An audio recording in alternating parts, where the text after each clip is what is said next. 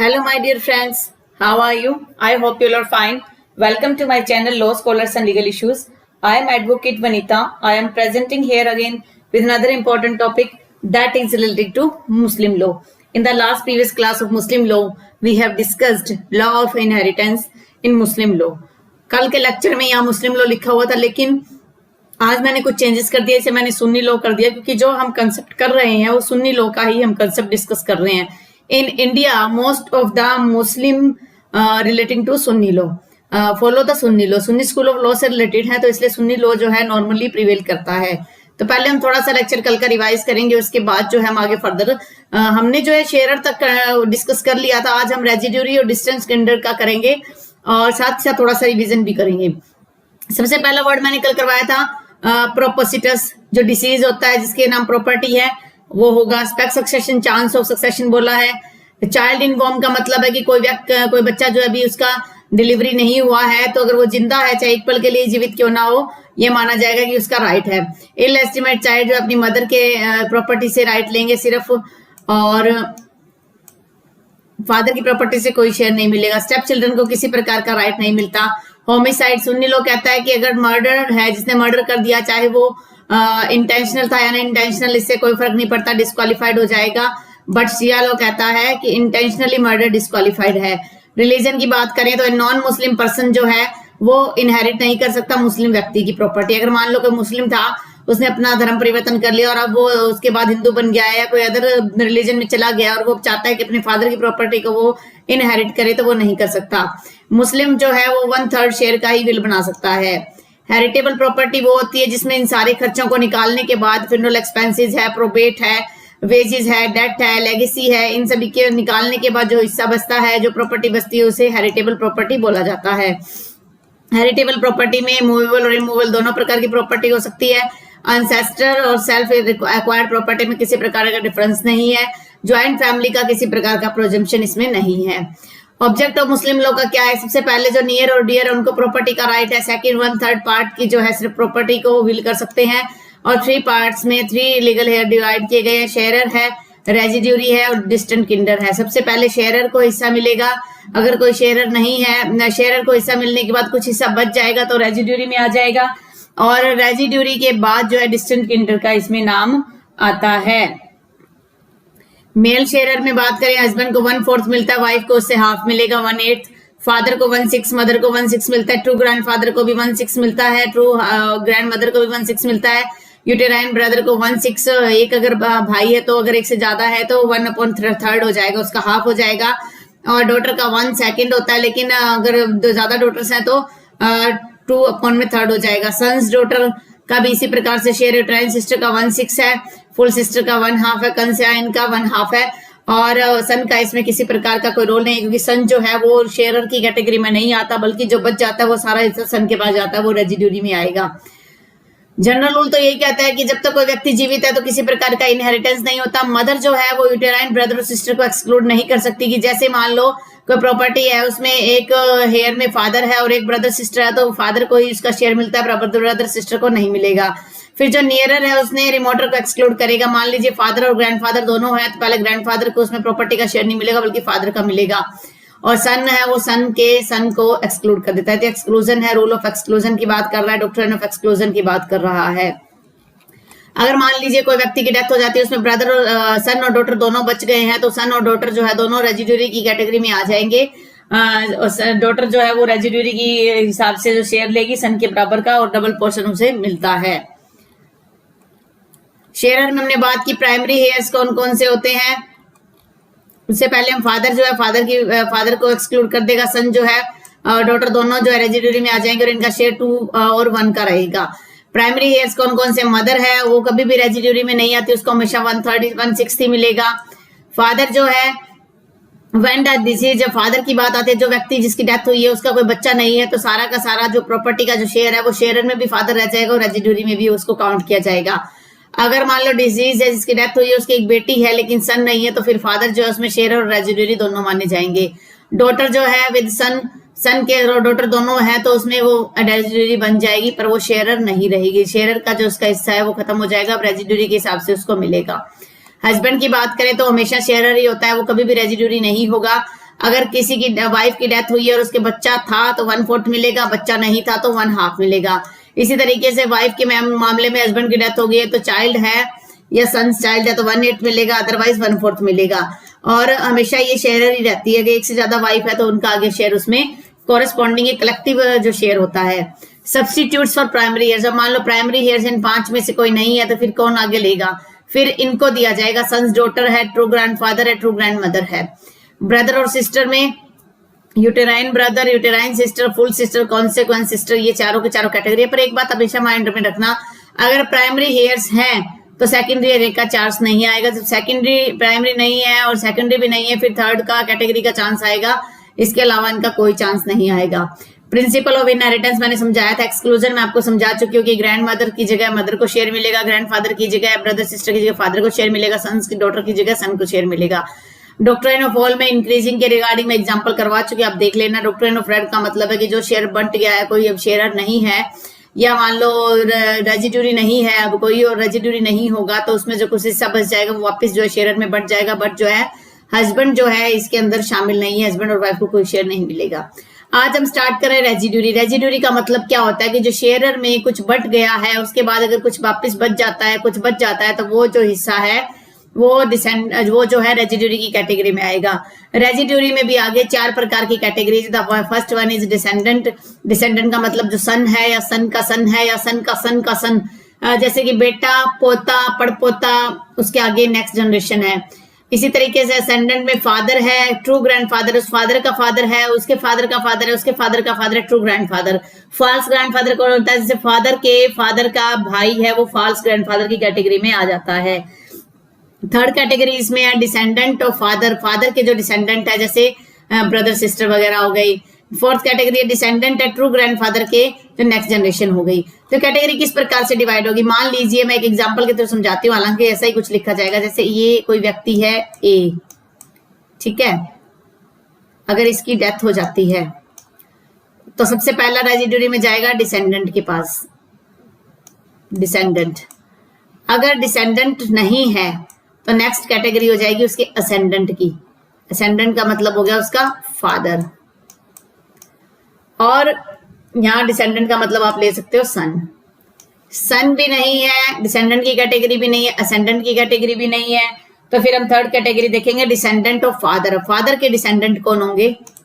जो इस ए के बराबर के होंगे, जो ब्रदर और सिस्टर होंगे इसके, उनको कैटेगरी मिलेगी। अगर ये भी नहीं है तो फिर है डिसेंडेंट्स ऑफ ट्रू ग्रैंडफादर। अब इस फादर का जो फादर है उसके आगे उसके जो डिसेंडेंट है, डिसेंडेंट मतलब जो फादर के ब्रदर थे, उन कैटेगरी में ये फॉल कर जाएगा। तो ये इस प्रकार से डिवाइड होगा।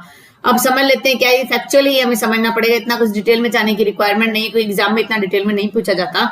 डिसेंडेंट कौन होगा? सन जो है वो डिसेंडेंट की कैटेगरी में आएगा, और जहां पर सन और डॉटर दोनों बच गए हैं तो दोनों रेजिड्यूरी की कैटेगरी में आ जाते हैं। मान लीजिए कोई व्यक्ति की डेथ हुई है, डेथ होने के बाद अगर सिर्फ उसकी एक डॉटर बची है तो वो डॉटर आ जाएगी शेयरर की कैटेगरी में। अगर इसके साथ एक सन भी बचा हुआ है तो ये दोनों के दोनों अब क्या आ जाएंगे? डॉटर भी रेजिड्यूरी आ जाएगी। उसको जो शेयर मिलना था 1/3 का, 1/2 का, वो शेयर उसे अब नहीं मिलेगा।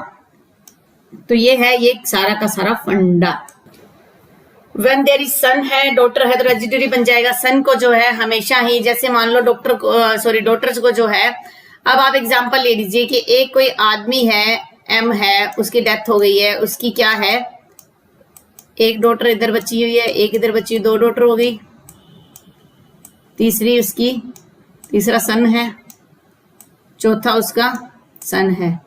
तो सन को जो मिलेंगे 2 शेयर मिलेंगे और इन डॉटर को 1 शेयर मिलेगा।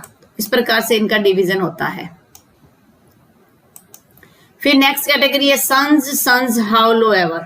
सन्स सन, पोता, पड़पोता, उससे आगे नेक्स्ट कैटेगरी। फिर कह रहा है कि नियरर एक्सक्लूड द रिमोटर। मान लीजिए एक एग्जांपल ले लेते हैं हम, मान लीजिए यहाँ पे हमने ले लिया एक एग्जांपल है, एम लिया हमने, ये कोई आदमी है, ठीक है, उसका एक बेटा भी है सन, उसके आगे उसका बेटे का बेटा भी है, ठीक है। अब क्या होगा कि इस आदमी की डेथ हुई, अब अगर ये बैठा हुआ है और ये भी बैठा हुआ है तो ये जो नियरर है इसका, इसको शेयर मिलेगा, न कि इसको। तो इसको आप कट कीजिए, इसको शेयर मिलेगा। तो इस लाइन का मतलब यही है, नियरर एक्सक्लूड्स द रिमोटर। जो नियरर होगा, जो पास में होगा, वो एक्सक्लूड कर देगा रिमोटर को। तो ये एग्जाम्पल है। मैं इन एग्जाम्पल्स को साथ के साथ यहाँ नोट भी करवा देती हूँ, लिखवा भी देती हूँ। अगर आपको लगता है कि इनको रिमूव करो तो मैं साथ में रिमूव कर देती हूँ।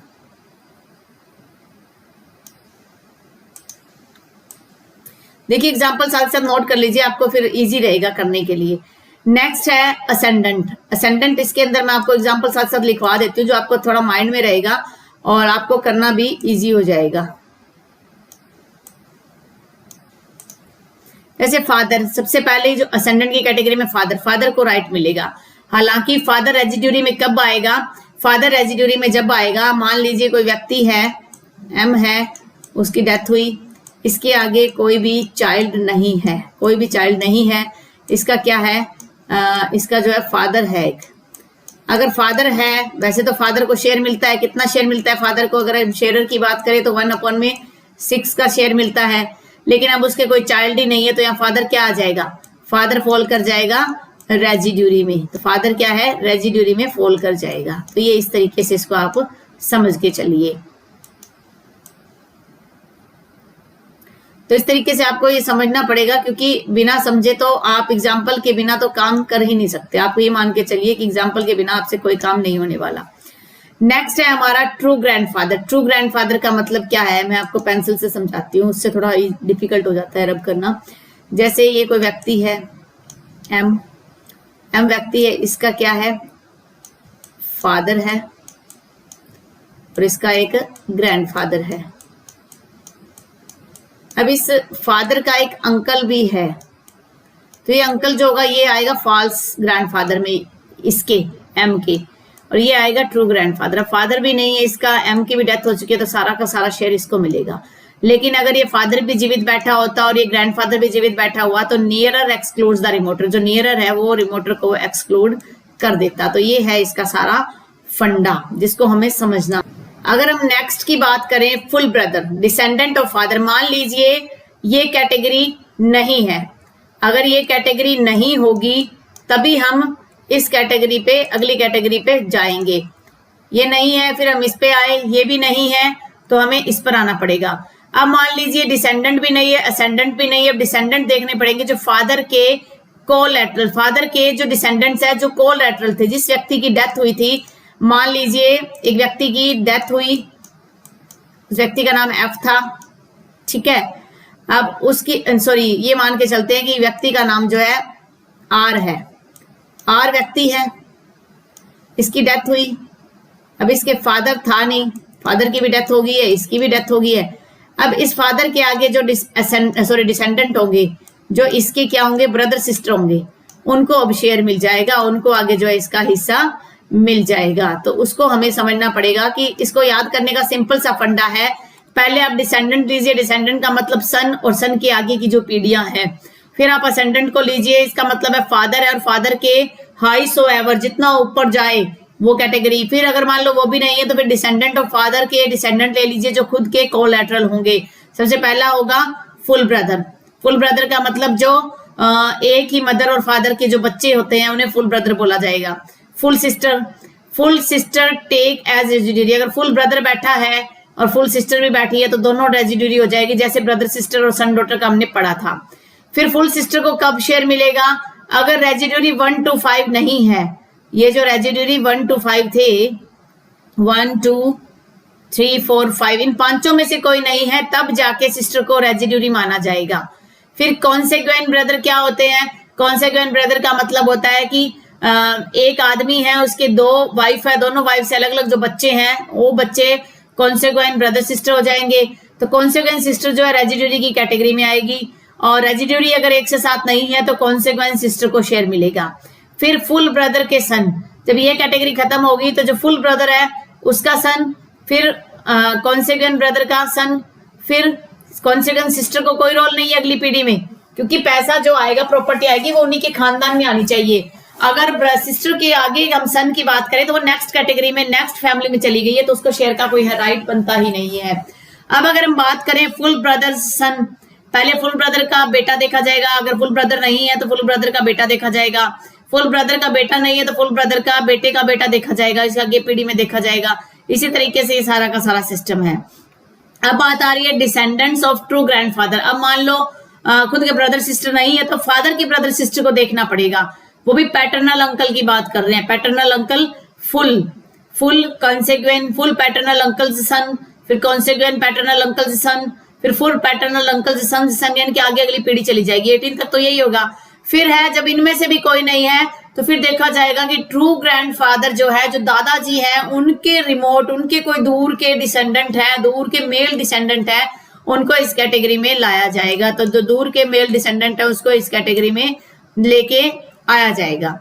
अब बात करते हैं डिस्टेंट किंडर की। आई होप आपको रेजिड्यूरी समझ आ गया होगा। रेजिड्यूरी का मतलब है कि जिनको शेयरर के अंदर जो शेयरर थे 12, उन 12 शेयरर में से किसी को कोई राइट नहीं मिला प्रॉपर्टी का, यानी कि वो कोई बैठा ही नहीं है, जीवित ही नहीं है, तो फिर हम रेजिड्यूरी पे जाएंगे। रेजिड्यूरी में भी सबसे पहले डिसेंडेंट को देखा जाएगा, जिसकी डेथ हुई है उसकी बेटे या बेटे के बेटे, आगे उस कैटेगरी को देखा जाएगा। अगर वो कैटेगरी नहीं है फिर देखा जाएगा असेंडेंट को, जो फादर है, ट्रू ग्रैंडफादर है, फिर उनकी कैटेगरी को देखा जाएगा। ठीक है, अगर वो भी नहीं है तो फिर जो फादर के डिसेंडेंट है, खुद के ब्रदर सिस्टर, उनको देखा जाएगा। फिर वो भी नहीं है तो फिर ट्रू ग्रैंडफादर जो है, जो दादाजी है, उनके जो डिसेंडेंट है, जो आपके पिताजी के जो अंकल वगैरह, जो खुद व्यक्ति गया है उसके अंकल वगैरह हैं, वो इस कैटेगरी में आ जाएंगे। अब हम बात करते हैं डिस्टेंट किंडर की। डिस्टेंट किंडर का मतलब होता है दूर के रिश्तेदार। अब डिस्टेंट किंडर में अभी सिर्फ ये वर्डिंग ही लर्न करनी है, इनको आप बार बार पढ़ोगे तो आपके माइंड में आ ही जाएगा। अब ये क्या बात कर रहा है, डिस्टेंट किंडर होते क्या है? डिस्टेंट किंडर वो व्यक्ति होते हैं, दे आर, हालांकि डिस्टेंट किंडर के बारे में किसी प्रकार की कोई पर्टिकुलर डेफिनेशन कहीं नहीं है, किसी प्रकार की किसी भी राइटर ने ऐसा कुछ डिस्क्राइब नहीं किया जिससे हम ये समझ सकें कि डिस्टेंट किंडर की ये डेफिनेशन होती है। देखिए, जब किसी चीज की डेफिनेशन नहीं होती ना, तो फिर अलग अलग जो राइटर्स होते हैं अपनी अपनी अलग अलग ओपिनियंस देते रहते हैं। अब जो अलग अलग ओपिनियंस होगी तो अलग अलग उनके बारे में विचार निकल के आएंगे। तो अगर हम बात करें डिस्टेंट किंडर की, तो डिस्टेंट किंडर की कोई स्पेसिफिक डेफिनेशन तो है नहीं। जो डेफिनेशन नॉर्मली ये माना जाता है कि डिस्टेंट किंडर उन व्यक्तियों को कहा जाता है जिनका रिलेशन तो है ब्लड से रिलेशनशिप है, खून का रिश्ता है, बट वे ना तो शेयरर की कैटेगरी में आ रहे हैं और ना ही रेजिड्यूरी की कैटेगरी में आ रहे हैं, तो उनको डिस्टेंट किंडर कहा जाता है।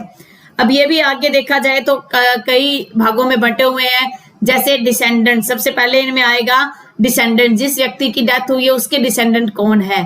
जैसे कि डॉटर की, अब बेटियों पर बात आने लगी। पहले क्या था, बेटे तक सीमित था, अब डिस्टेंट किंडर में बेटियों तक बात आएगी। बेटियों तक कैसे आएगी? जैसे चिल्ड्रन ऑफ डॉटर्स, जो डॉटर्स के जो बच्चे हैं आगे, चिल्ड्रन जैसे कि कोई आदमी है, उसकी बेटी है, उस बेटी के आगे बच्चे, दोहता जिसे बोलते हैं, दोहती जिसे बोलते हैं, फिर उसकी आगे वाली पीढ़ी, वो सारी चीज इसमें शामिल हो जाएगी। फिर चिल्ड्रन ऑफ सन्स डॉटर, अब पहले तो खुद की डॉटर की बात आएगी। खुद की डॉटर ना क्या, कोई अगर आगे बच्चा नहीं है या आगे कोई जीवित नहीं है तो फिर ये देखा जाएगा कि जो सन की डॉटर है ना, अब उनके डिसेंडेंट को देखा जाएगा। पहले डॉटर्स के डिसेंडेंट को देखा जाएगा, फिर सन के। वो भी अब अगर नहीं है तो फिर जब डिसेंडेंट नहीं मिलेंगे फिर हम नेक्स्ट कैटेगरी में आएंगे असेंडेंट की। अब देखा जाएगा ट्रू ग्रैंडफादर तो रेजिड्यूरी की कैटेगरी में आ गए, लेकिन अब ट्रू ग्रैंडफादर नहीं है तो हम देखेंगे फॉल्स ग्रैंडफादर। जो भी व्यक्ति की डेथ हुई है उसके दादा के जो भाई थे वो फॉल्स ग्रैंडफादर की कैटेगरी में आ जाएंगे और उनको देखा जाएगा। अगर वो भी नहीं है फिर फॉल्स ग्रैंडमदर की, दादी की कैटेगरी में देखा जाएगा। जो रियल दादी है उसकी नहीं, उसके आगे जो दादा की जो वाइफ थी, जो पिताजी के जो अंकल के वाइफ। और फिर ये लास्ट में है जो नियरर एक्सक्लूड द रिमोटर। ये रूल तो पूरा का पूरा मुस्लिम लॉ के लॉ ऑफ इनहेरिटेंस में चलता ही है। अगर आप हिंदू सक्सेशन एक्ट की बात करते हो, उसमें क्लास 1 हेयर दिया गया है कि पहले क्लास 1 हेयर को रखा जाएगा, उसके बाद क्लास 2 हेयर रखा जाएगा, फिर एग्नेट कोगनेट की बात आती है। इसी तरीके से इसमें है कि इसमें ये देखा जाए कि जो नियर है रिलेशन में वो जो है रिमोटर को एक्सक्लूड करके चलेगा। फिर डिसेंडेंट्स ऑफ पेरेंट्स, पेरेंट्स के जो डिसेंडेंट्स हैं, पेरेंट्स के जो माता पिता हैं उनके जो डिसेंडेंट्स हैं, जैसे ब्रदर की बेटियां, भाई की बेटियां हैं उनके डिसेंडेंट है, भाई के बेटे की बेटियां हैं, फिर सिस्टर के जो बच्चे हैं, फिर ये कैटेगरी आ जाएगी। इस कैटेगरी में कोई नहीं मिलता। अगर इस कैटेगरी में कोई नहीं मिलेगा तो इस कैटेगरी में आएंगे, इसमें नहीं मिलेगा तो इस कैटेगरी में आएगा, इसमें नहीं मिलेगा तो इस कैटेगरी में आएगा। तो इस तरीके से ये चलेगा। फिर लास्ट है descendant of immediate grand parents, जो ग्रैंड पेरेंट्स के जो बिल्कुल इमीडिएट है, जैसे पैटर्नल, आप एग्जांपल के तौर पे ले सकते हो, पैटर्नल अंकल की डॉटर है, या अंकल के जो कॉन्सिक्वेंट अंकल है, या यूटेराइन अंकल हैं, उनके कोई डॉटर वगैरह है, आगे रिलेशन में है, वो सारी चीजें इसमें फॉल कर जाएंगी। मैटरनल जब वो सारा कुछ नहीं मिलता फिर मैटरनल अंकल तक आता है। तो जो ग्रैंड पेरेंट्स हैं उनके बिल्कुल इमीडिएट है, उनके बिल्कुल साथ लगते हुए खून के रिलेशन में है, उनको जो है रिमोट एंसेस्टर बोला जाता है। तो ये तो चीज हो गई हमारी डिस्टेंट किंडर के बारे में। अब हम देख लेते हैं कि जब ऑर्डर ऑफ सक्सेशन होता है कि किस प्रकार से ऑर्डर ऑफ सक्सेशन किया जाता है। सबसे पहले तो शेयरर को देखा जाएगा। सबसे पहले शेयरर को जब देखा जाएगा तो शेयरर की कैटेगरी में कौन आ गए? शेयरर की कैटेगरी में चलो साथ में हम रिवाइज भी कर लेते हैं। शेयरर की कैटेगरी में मेल शेयरर आ जाएगा, जैसे husband, father, true grandfather, uterine brother. Female sharer में आ जाएगा wife, mother, true grand mother, daughter, son's daughter, uterine sister, full sister, consequent sister, ये सारा कुछ आ जाएगा। जब शेयरर में ये आ जाएगा उसके बाद क्या होगा? वो नहीं है, शेयरर में कोई भी नहीं मिला हमें, तो हम क्या करेंगे? इसमें कोई नहीं मिला तो फिर हम जाएंगे इस कैटेगरी पे, इस कैटेगरी में आएंगे। ये कैटेगरी बात करती है रेजिड्यूरी की। अब रेजिड्यूरी पे आ जाइए आप। डिसेंडेंट नहीं मिला, बेटा है, पोता है, वो नहीं है, फादर है और दादा है, वो नहीं है, भाई बहनें नहीं है, उनके बच्चे नहीं हैं, और जो दादा थे उनके भी आगे कोई परिवार में नहीं बचा। फिर जाके हम क्या करेंगे? फिर नेक्स्ट कैटेगरी में आ जाएंगे हम। ये भी नहीं मिला हमें, ये नहीं मिला, तब हम क्या करें जी? हमें क्या करना पड़ेगा? डिस्टेंस किंडर पे आ जाएंगे हम। जब ये नहीं मिलेगा तब डिस्टेंस किंडर पे आएंगे। डिस्टेंस किंडर बात करता है, वही मैंने अभी आपको पढ़ाया, बहुत दूर के जो रिश्तेदार हैं। जब वो भी नहीं है तो फिर क्या करेंगे हम? हमारे पास क्या उपाय है? फिर ये देखा जाएगा कि कॉन्ट्रैक्ट से क्या किसी को सक्सेसर बनाया है। कॉन्ट्रैक्ट का सक्सेसर का क्या मतलब होता है? कि एक सक्सेसर कॉन्ट्रैक्ट का मतलब होता है कि एक व्यक्ति किसी प्रकार का ऐसा कॉन्ट्रैक्ट किया गया है कि अगर हमारे आगे रिलेटिव में ऐसा कोई नहीं बचता तो आप जो है मालिक बन जाओगे। तो उस हिसाब से अगर किसी को सक्सेसर बनाया है तो वो बन सकता है। अगर वो भी नहीं है, कोई ऐसा कोई कॉन्ट्रैक्ट भी नहीं किया गया है, फिर ये कैटेगरी भी कट हो गई है। तो अब हम आ जाते हैं एक्नॉलेज्ड किन्समैन। अब ये एक्नॉलेज्ड किन्समैन क्या होता है? एक्नॉलेज्ड किन्समैन का मतलब होता है एक ऐसा व्यक्ति होता है जिसके फेवर में मरने से पहले व्यक्ति ने कुछ लिख के दिया था कि हमारी फैमिली मेंबर में अगर कुछ नहीं है, बचता है, अगर मान लो वो ये एक्नॉलेज कर देता है, ये लिख के देता है कि एक ऐसा व्यक्ति जो उसका अंकल है या उसके फादर का भाई है या कोई और ऐसा फैमिली मेंबर में है, अगर उसके थ्रू उसको कोई प्रॉपर्टी आगे जाती है तो वो वैलिड मानी जाएगी। तो इस प्रकार से एक्नॉलेजमेंट के थ्रू अगर कोई भी किसी को प्रॉपर्टी जाती है, शेयर जाता है, तो वो एक्नॉलेजमेंट में आ जाएगा। फिर यूनिवर्सल लीगेटी। यूनिवर्सल लीगेटी अगर आप देखते हो ट्रांसफर ऑफ प्रॉपर्टी एक्ट, उसमें यूनिवर्सल डोनर की बात की गई है, तो यूनिवर्सल लीगेटी पर आ जाएंगे। यूनिवर्सल लीगेटी का क्या मतलब होता है? यूनिवर्सल लीगेटी का मतलब होता है कि एक ऐसा व्यक्ति जिसके फेवर में जो व्यक्ति मरा है उसने विल के द्वारा कुछ प्रॉपर्टी उसको दी थी, 1/3 जो शेयर था वो उसको दे दिया गया था, उस हिसाब से जो यूनिवर्सल लीगेटी है उसको वो प्रॉपर्टी चली जाएगी। अगर वो भी नहीं मिल पाता है तो लास्ट में जाके गवर्नमेंट के पास प्रॉपर्टी आ जाती है, गवर्नमेंट उस प्रॉपर्टी को एक्वायर कर लेगी, अपने कब्जे में कर लेगी, क्योंकि वो पब्लिक की जो ट्रेजरी होता है, पब्लिक की ट्रेजरी जिसे बेतुल मल कहते हैं, उस ट्रेजरी में वो चला जाता है, जिसमें कि मुसलमानों के बेनिफिट के लिए ही गवर्नमेंट उस प्रॉपर्टी का यूज करेगी, अपने किसी और पर्पज के लिए उसका यूज नहीं कर सकती। गवर्नमेंट भी उस प्रॉपर्टी के यूज जो मुसलमान होंगे उनके फेवर में करेगा। तो ये है हमारा शिया लॉ का, सुन्नी लॉ के जो इनहेरिटेंस है उसका मैं प्रॉपरली आपको करवा चुकी हूँ। कल की क्लास में हम law of inheritance in Shia law करेंगे, जिसमें क्लास 1 हेयर और इनके बीच में डिफरेंसेस, एक छोटा सा लेक्चर होगा कल का जो मैं फटाफट कवर करवा दूंगी, और जल्द से जल्द 5 या 6 दिनों के अंदर हम मुस्लिम लॉ को कंप्लीटली कवर कर लेंगे। आई होप आपको आज का वीडियो अच्छा लगा होगा। अगर आपको आज का वीडियो अच्छा लगा है तो आप आज के वीडियो को लाइक कीजिए।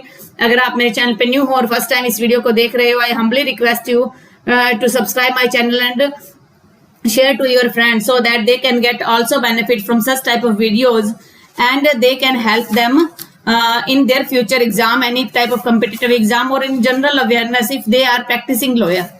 कोरोना के इस पीरियड में आप अपने फैमिली मेंबर्स का, अपने नेबरहुड का ध्यान रखिए, Stay home, stay safe, stay healthy. Thank you for watching. Have a nice day.